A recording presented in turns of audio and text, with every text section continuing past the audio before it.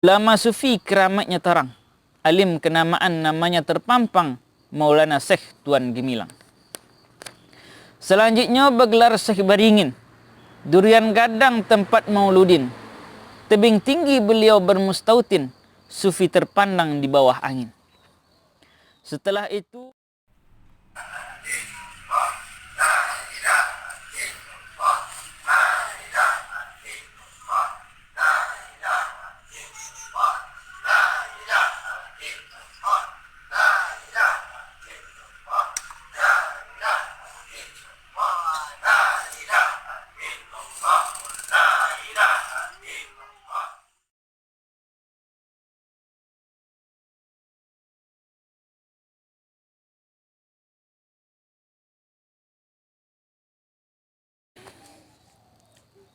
Bismillahirrahmanirrahim. Assalamualaikum warahmatullahi wabarakatuh.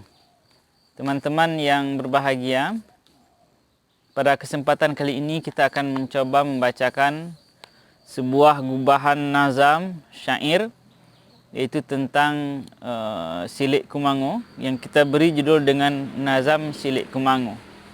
Nah, syair ini ada beberapa bait dan kita akan menguraikan sekilas tentang uraian bait-bait dari syair ini. Nah, syair atau nazam ini saya karang pada tanggal 20 Safar 1440 Hijriah, tepatnya di Padang Mangateh, Nagari Mungu, Kabupaten 50 Kota. Semoga bermanfaat.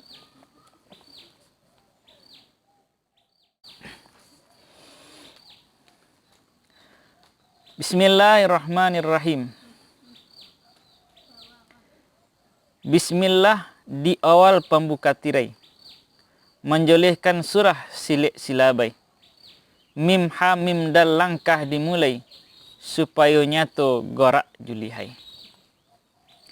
Silik Kumangu namanya tuan, asal Kumangu negeri rupawan. Syekh Kumangu nisbah himbauan, surau Kumangu tompek kejadian. Syekh Abdurrahman nama beliau, Al-Khalidi bangsa tarikat Kemilau. Samaniyah masyhur kaji di surau, ulama sufiyah di negeri Minangkabau. Riwayat beliau ditulis ikhtisar. Guru pertamanya Syekh Batu Hampar. Setelah itu hujian menghampar di Makkah, kemudian beliau belajar. Gurunya di Makkah Sayyid Ridwan, ulama Madinah Musnid Budiman. Syekh Samaniyah dalam catatan, alim allamah ulama mutafannan. Berbilang tahun lamanya talaki, menuntut ilmu sampai haki. Dari zahir batin yang hakiki, syariat hakikat mendapat zauki. Setelah pulang ke negeri kita, Minangkabau negeri bak permatu, Syekh Kumangu memulai cerita, mengajar ilmu berbilang rupa. Syariat hakikat beliau ajarkan, tarikat Samaniyah beliau talkinkan, tarikat Naqsyabandi beliau amalkan, kepada murid tuntut ditunaikan. Baitu pun silik indak ketinggalan, diajar semua hingga mutskan. Langkah jugelik pulau demikian, datang dan sambut adu di sini. Banyak murid sudah dikhatam, diberi ijazah dengan tamam. Di antaranya kita sabut segenggam, sekedar pengingat di talis kalam. Angku gadang mula pertama Muhammad Dali namanya tertera. Ahli tarikat, seorang pendekar, pengganti makam kedudukan di muka. Kedua Syekh Bulubus yang berbilang, ulama sufi keramatnya terang, alim kenamaan namanya terpampang, Maulana Syekh Tuan Gemilang. Selanjutnya bergelar Syekh Baringin, durian gadang tempat mauludin. Tebing tinggi beliau bermustautin, sufi terpandang di bawah angin. Setelah itu ialah Syekh Tarantang, ulama perti alim terpandang. Saman Naqsyabandi begitu cemerlang, pendekar ternama bandingannya jarang. Baitu pula zuriat Syekh, mendapat waris ilmu yang rasih. silik dan tarikat tanpa nasih, beberapa nama tercatat tarikh. Dua di antaranya kita sabutkan. Malin Maraju kita tuliskan, Ismail Rahman kita nukilkan, keduanya kekal dalam ingatan. Demikian khabar kita akhiri. Bagi yang arif harap perbaiki, mana kalau khilaf tentang tarikhi, tanda kita bertautan hati. Silik Kumango iyo silik wali. 9 nama disebut jali. Di dalam doa Rijalul Ghaibi, semua tersurat demikian ismi. Langkah ampik tumpuan asali, mim ha mim dal dia dinahati. Lafaz Muhammad bila disyarai, langkah tu lazim dimafhumi. Pecah 6 setelah nan pertama, sambil 2 boleh mengiringi itu. Semua menyatu di akal dan kalbu, indah terangkai rangkuman ilmu. Silik Kumango warisan ulama, menyahatkan zahir mempertajam mata, melembutkan batin penghubung rasa, menyambung tali menguat rabita. Secara lahir mencari kawan, secara batin mencari Tuhan. Rasa dijago perkuat iman, tali dijago putihlah jangan.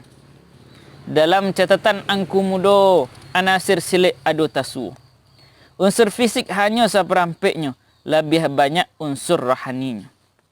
Di mata tampik nan rohani, basuhnya pada tarikat samani. Kerana itu tua-tua batauli, jika berselik bertarikat mesti. Rabitah ialah ibarat pondasi. Juseh Kumango batalitli. Hingga Rasul junjungan kauni, hablum minallah hubungan diri. Pituah guru kita khabarkan, dipertandingkan, tidak dibuliahkan. Salat nan 5 tidak ditinggalkan. Takabur dilarang, nak iyo dihilangkan. Padanya silik arik ju agamu. Di masa dahulu, inyo dijadikan sarana. Untuk dakwah membaunan muda, mairik ke surau supaya samperono. Demikian silik Kumango dicuraikan. Perihal tarikh ju ihwal dipaparkan. Sekedar pengingit diri dituliskan. Kok lain manfaat diperbincangkan. Wahai dusana talib sesidang, mari basamu ghirah dipandang. Menjawab warih kok lain kemilang. Balik kaulu pusako cemerlang. Khilaf dan nisyan maaf diminta. Kepada nantu saudara sahalakah. Supaya kayo kitabah ditata. Nak rancak susunan nazama. Ambo panulih fakir daifi. Apria putra namo dibari. Angku mudo guru membari. Saman junak syabandi amalan diri. Nazam ditulis di malam hari. Di hening malam waktu nan sunyi. Detak jam jo kalap mengawani. Allah Allah sayyid didengari. Hari Isnin menurut Qamari. Kalam disimpan sore disudahi. Mengharap ia batin basi joli. La ilaha illallah pemagadiri. Nah, kawan-kawan yang berbahagia, kita akan mencoba menjelaskan beberapa bagian dari nazam silik Kumango ini. Sebenarnya banyak hal yang dapat kita bicarakan dari nazam ini, tapi ini sebagai contoh saja. Kita mulai dari pembuka nazam. Kita bacakan bismillah di awal pembuka tirai, menjolihkan surah silik silabai. Mim ha mim dal langkah dimulai supaya nyata gorak julihai. Nah, kalimat menjolihkan surah silik silabai ini menjelaskan makna atau tujuan dari penulisan nazam. Ingin memberikan penjelasan bagaimana sebenarnya silik silabai. Labai maknanya ialah ahli agama, orang-orang yang menuntut ilmu, orang-orang yang belajar atau yang menjadi tokoh agama di surau. Nah, kenapa ini kita sebutkan? Kenapa kita sebut silik silabai? Karena memang silik Kumango ini erat kaitannya dengan agama dan biasa dimiliki oleh ahli-ahli agama di Minangkabau ini. Kemudian kalimat mim ha mim dal langkah dimulai. Nah, pembuka dari silik Kumango itu adalah langkah pertamanya, langkah awalnya itu langkah mim ha mim dal. Apa mim ha mim dal? Itu langkah Muhammad di mim ha mim dan dal. Ini langkah di awal. Jadi permulaannya itu seorang silat itu membuka langkah awalnya dengan langkah yang disebut dengan mim ha mim dal. Supaya nyata gorak julihai. Nah, dari langkah mim ha mim dal ini itu akan jelas di sana bagaimana pertautan rasa kita yang membuat kita menjadi seorang yang mungkin dapat mengukur bagaimana gerakan atau dapat lihat dalam bersilatnya. Kemudian kita lanjutkan, Silik Kumangu namanya tuan, asal Kumangu negeri rupawan, Syekh Kumangu nisbah himpawan, surau Kumangu tanpa kejadian. Ini menunjukkan bagaimana sejarah Silik, itu asal Silik yang membuat atau yang menciptakan Silik Kumangu itu adalah Syekh Kumangu. Siapa beliau?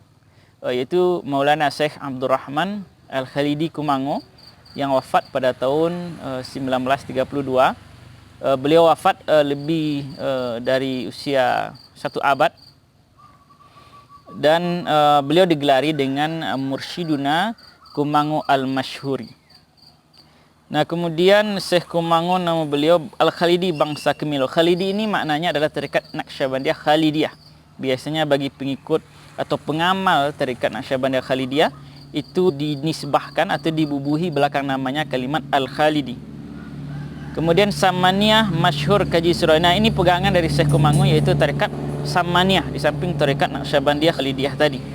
Ulama Sufiyah di negeri Minangkabau. Nah, ini menunjukkan bahwa Syekh Kumangu itu merupakan salah satu ulama sufi yang terkemuka di Minangkabau. Nah, kita lanjut, mungkin kita akan ambil bagian yang penting. Pada bait-bait selanjutnya, gurunya di Mekah Said Ridwan. Nah, ini guru Syekh Kumangu di negeri Mekah, tepatnya di Madinah sebenarnya, yaitu Sayyid Muhammad Amir Ridwan. Ini salah satu orang ulama yang terkemuka, dia musnid dan disebut sebagai Syekh Dalail. Jadi ulama ini sangat masyhur sekali, terkenal sekali di kalangan umat Islam atau di kalangan pengkaji-pengkaji Islam atau ulama-ulama di masanya. Ulama Madinah, musnid budiman, dia seorang musnid ya, ahli sanad. Syekh Samaniyah dalam tercatatan alim alamah ulama mutafanan. Mutafanan ini maksudnya multidisipliner. Jadi ulama ini multidisipliner, menguasai berbagai macam cabang keilmuan. Berbilang tahun lamanya telah kini Syekh Abdul Rahman di Madinah itu bertahun-tahun, bahkan sampai yang menyebutkan puluhan tahun beliau belajar agama di kota Madinah. Menuntut ilmu sampai haki. Nah, benar-benar beliau sampai pada bilangan tahqiq, belum sampai kepada puncak ilmu itu. Jadi bukan sekedar hanya belajar bagian mukadimah atau kulit-kulit yang saja, tapi mendalami berbagai ilmu agama. Itu yang disebut dengan menuntut ilmu sampai haki. Dari zahir batin hakiki, artinya ilmu yang meresap, bukan hanya ilmu yang tertulis dalam teori. Lebih dari itu, beliau juga meresapi, menyatu dalam jiwanya. Syariat hakikat mendapat zauki. Nah, ilmu itu kalau dia teori pada akal, kalau dia sudah menyatu itu mendapatkan zauki, ada perasaan rasa ilmu itu. Nah, kemudian kita lanjut pada bagian yang ada murid-murid. Nah, kita akan lanjut, kita persingkat. Silik Kumangu iyo silik wali. Nah, maknanya Silik Kumangu ini itu diajarkan, kalau menurut riwayatnya diajarkan oleh para wali. Ada disebutkan beberapa tokoh wali. 9 nama disebut jali. Ada yang menyebutkan 9, ada yang menyebutkan 10. Disebut jali maknanya disebut secara jelas. Dalam doa Rijalul Ghaibi. Nah, ini salah satu amalan dari Silik Kumangu, doa Rijalul Ghaibi dalam bentuk istighasah. Nah, kemudian